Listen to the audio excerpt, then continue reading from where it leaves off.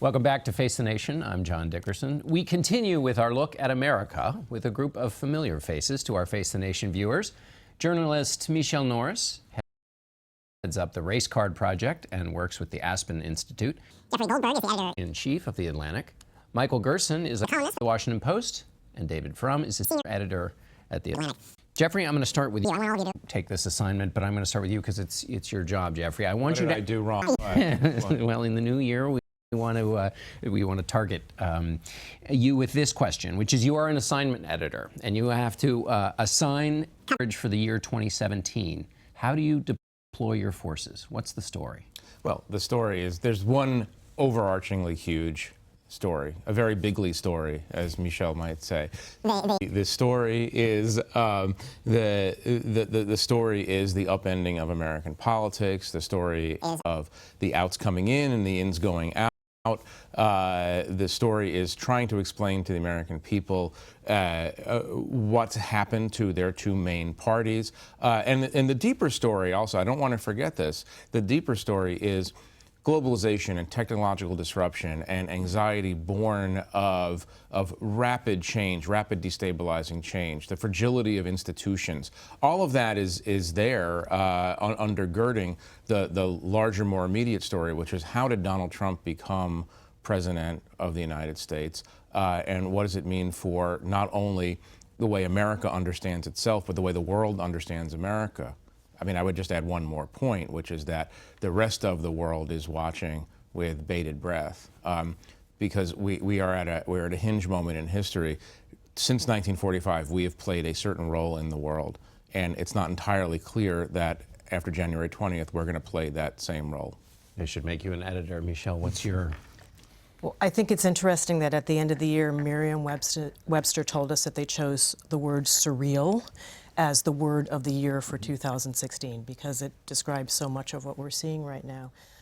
I want to pick up on one of the things that Jeffrey said about the technological disruption. In this country, we've always assumed that technology was a good thing. We embraced it. We assumed that it was propelling us forward and that it would, perhaps even though it was displacing jobs, that it would make for a better society, a better flow of information. I think we're going to start to really question that now. On a lot of levels, because of what it's done to democracy, because certainly what it's done to the level of American discourse. And as journalists, you know, we have to learn how to operate in a world where there is no longer a common set of facts. People get their news in such a way that it usually affirms or confirms everything that they already believe. We have someone who is about to occupy the Oval Office who is dismissing many of the publications that we work or have worked for, and is trying to bypass us and go directly to people. So as we try to explain this surreal universe, we find ourselves in almost a room of funhouse mirrors, trying to figure out how to describe what's going on. David?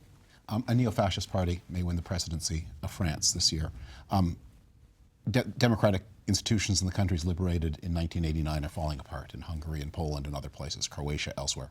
The European Union is cracking apart, and the United States has a new president-to-be who has made it clear he's not going to be bound by traditional rules against corruption, traditional rules against foreign influence, traditional rules in just about any way, traditional rules against the president having his own private bodyguard paid for by himself rather than by the state. We are living through a crisis of democracy not unlike anything seen since the Second World War. So that's the story, and it's not an American story, it's a global story.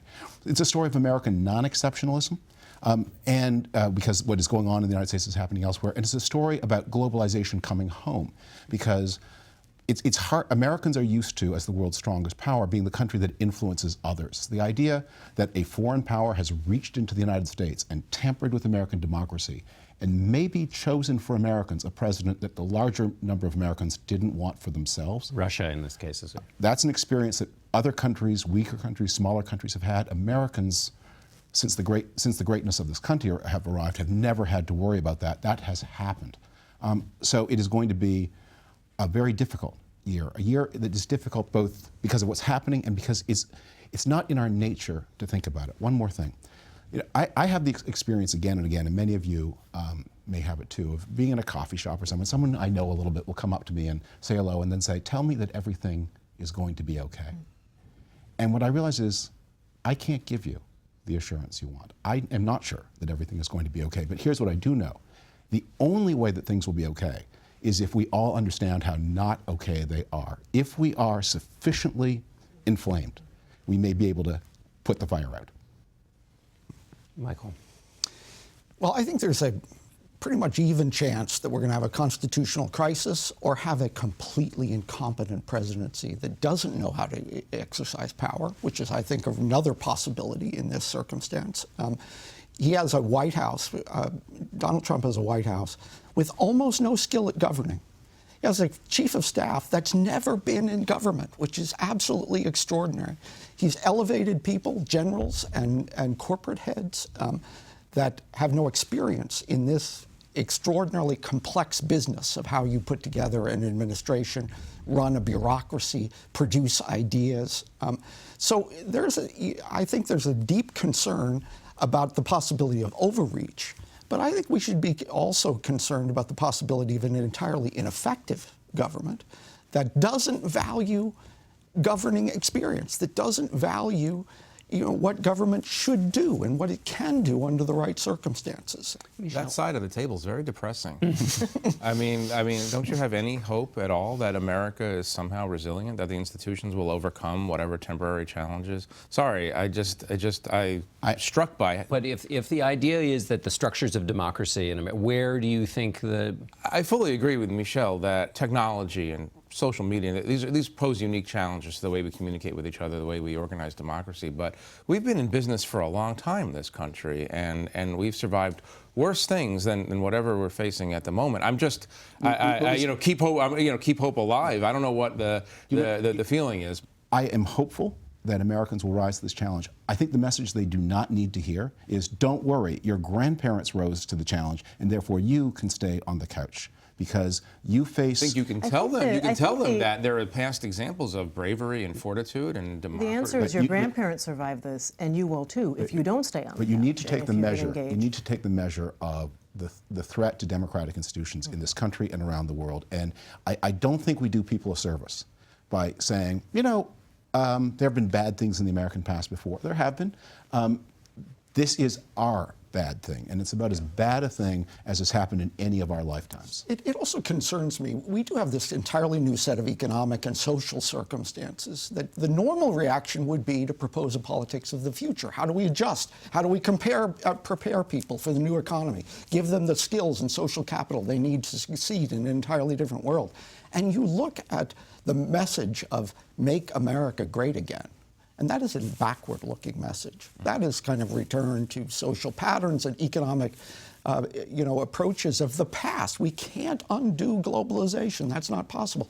And then you look at Hillary Clinton in this last election. She had a very backward-looking message as well. It was not the forward-looking, prepare America for opportunity, address the deepest problems of our country. So we have two parties that, in our last political experience, are not addressing the future. They're actually talking about nostalgia.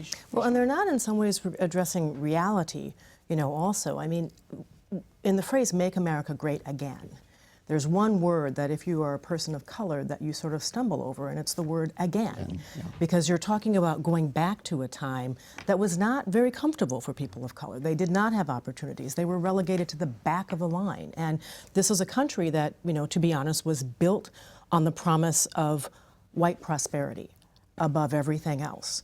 And for a lot of people, when they hear that message, "Make America Great Again," deeply encoded in that message is a return to a time where white Americans can assume a certain amount of prosperity. And that's true of gay people. It's true of women who want leadership roles in a society. There's a large group of people who are not don't like nostalgia in that sense. Michel, did you, since the Race Card Project, you spent a lot of time looking at the conversation about race in all of its different forms in America. Did you, when you saw the racial aspects of this campaign, say, that's what I've been hearing and that's been bubbling under the surface for the last 4 years or 6 years you've been working on this, or?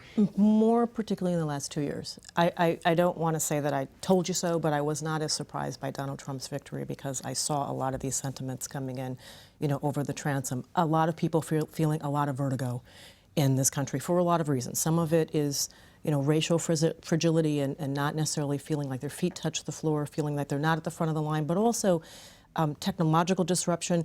Even though the economy, all these indices of the economy suggest that we're doing fine, people don't necessarily feel it. And Donald Trump was able to tap into a message where people felt a lot of discomfort. And that, again, is somewhat retrograde. I mean, fear is not our brand.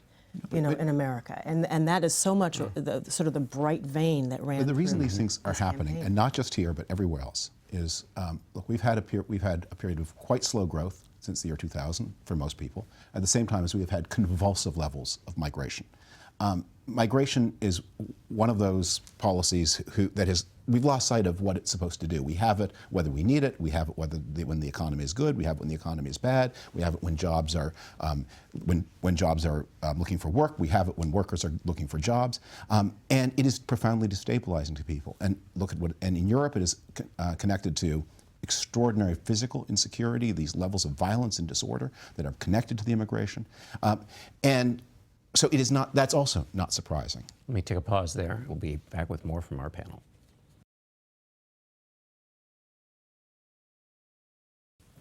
And we're back with our panel. David, I want to ask you, Barack Obama has been saying to Democrats who are nervous about Donald Trump, the office constrains the man. The White House will keep Donald Trump from doing all the things he promised he would do in the campaign. Do you buy that theory of the president? No, not at all.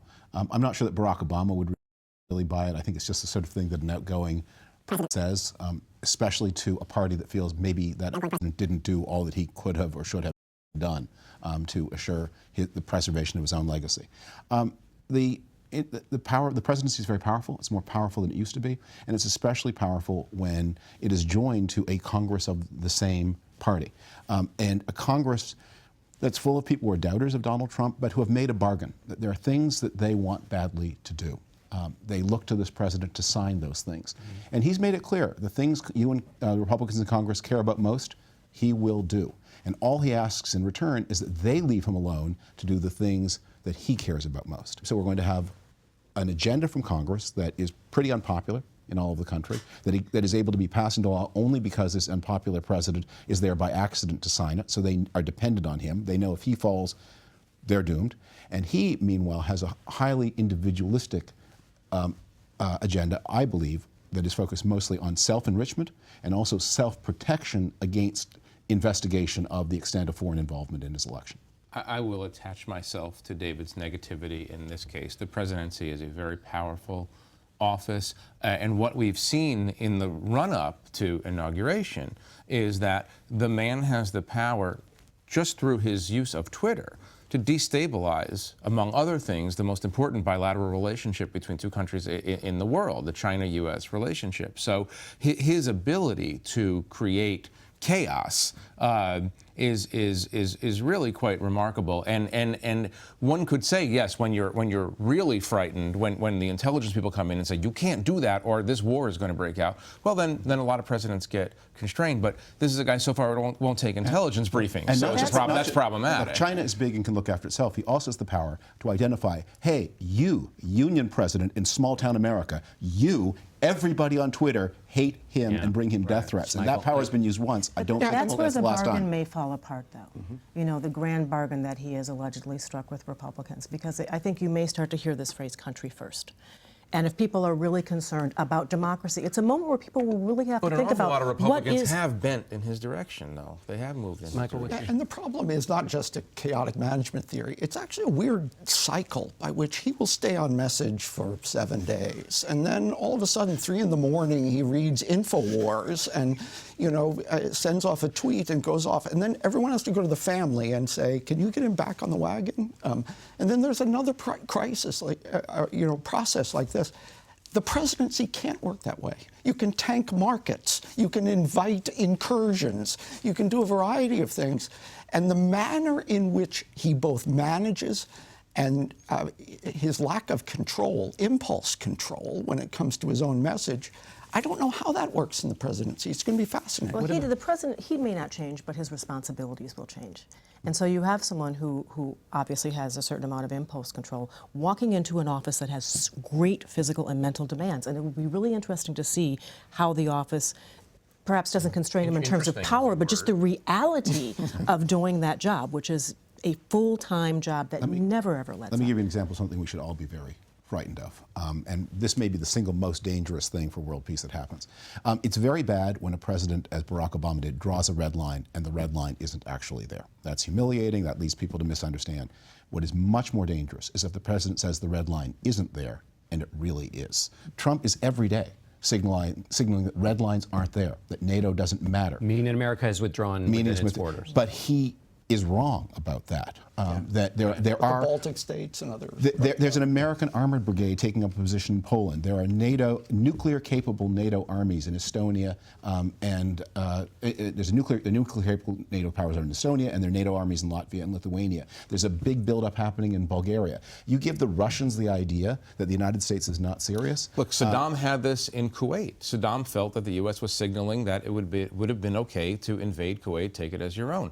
There were mistaken signals sent. Saddam went, and then there was a reaction, and we all know what the reaction was. So there is precedent in the presidency for this to happen. You know, John, you asked Jeff, as an assignment editor, what would he be looking for? Where is he positioning people now? The questions that we're not asking. One of the big questions, I think, is in regard to our military and its capability and its footprint right now. You know, a much more hawkish administration is going on because of the conflicts that you're talking about, because of the things that we don't fully understand. I mean, one of the questions I have is, what is our military footprint going to look like? You hear generals quietly talking about a return of a draft that might include females.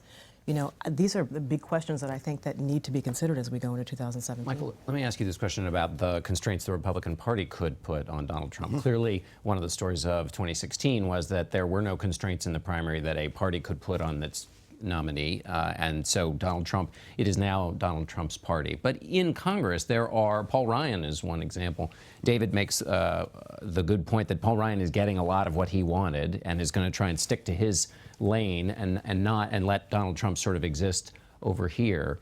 Is that the way you see it in terms of the relationship between Donald Trump and the Republican congressional leaders? Well, in kind of the Venn diagrams, there's a middle in which they both agree, which is undoing executive orders and, you know, maybe tax reform or, you know, certainly environmental policy or other areas.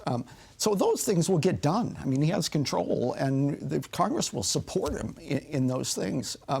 But you know, on items where they do not share that agenda, you know, I don't know. The president has a tremendous ability to set the priorities, the national priorities. And the problem here is, you know, I think that he is signaling an agenda: tax cuts, massive infrastructure, defense increases, balanced budget, that are completely inconsistent. There's no budget you could put together that actually includes all the priorities that he's talked about. They don't know how to put together a budget. That's going to be a fascinating initial test of whether he actually has a realistic budget. And he has the least competent OMB director in the history of the office. Right. So it'll be interesting whether he can lead on that or whether they're just overwhelmed by the reality of governing in a way that may empower the congressional wing of the party. Michelle, do you see in response, to big forces, there are often big opposite reaction forces? We saw to Barack Obama's election that the birther movement, Donald Trump being the leading proponent of the idea that Barack Obama was not born in the United States. Do you see that kind of shock reaction in a way that becomes formalized or that tries to match Donald Trump in the power and success that he had with his tactics? It would probably come from the Democrats, and one of the challenges there is the Democratic Party is very complex. And it is a party it's truly a big tent party, and so it's unclear exactly how that will happen right now, because the Democratic Party also seems to be doing a little bit of introspection and still, you know, we're still sort of adjudicating what happened in November of 2016 and not necessarily looking forward to what will happen. I think we're going to see that, though, and I think some of it might actually possibly come not just from the Democrats, but from Republicans. Donald Trump made a lot of promises that are going to be very difficult to deliver, and the people that he pumped up at all these rallies during his campaign, and now, you know, as he's just completing his victory tour, people have great expectations. And, you know, when you ask people to pick up their pitchforks and march behind you, if you can't deliver, those pitchforks wind up being aimed at you in the end. There are a lot of things Donald Trump doesn't know, but he does know how to dominate, bully, and provoke.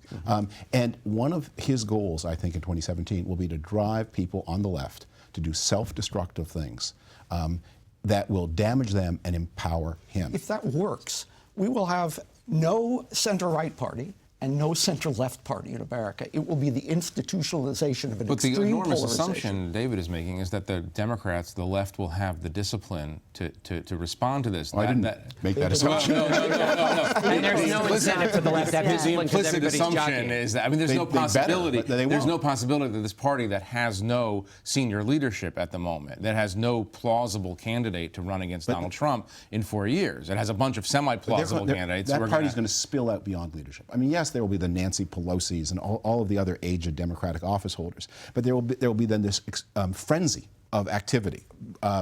Occupy Wall Street, but for real and purposeful out in the streets. And the question is, will they do And that will lead to the crackdown. wise things, or will they do foolish things? Will they march with Mexican flags and burn American flags, or will they say, we are here to defend, not in an ideological way, but to defend American institutions? And that will be a test of discipline. And I am anxious as to whether people will. Institutions. Last I word to think you, it's a, you know, when we're talking about protests, we have to remember that people have a right to protest. And sometimes defending American institutions is actually challenging them. What I mean by defending American institutions is that the president shouldn't have his own private band of bodyguards. He should use the Secret Service. What I mean by defend is the president shouldn't extract bribes. What I mean by defending American institutions is the president should tell the truth. He should release his tax returns.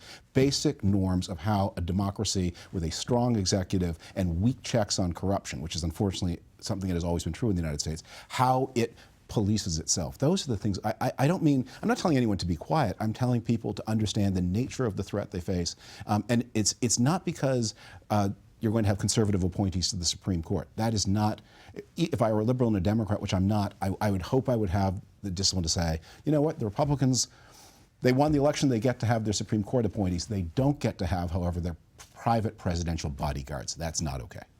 All right, we're going to have to end it there. Thanks to all of you for joining us, and a happy 2017 to you, what you've said today notwithstanding. We'll be right back in a moment.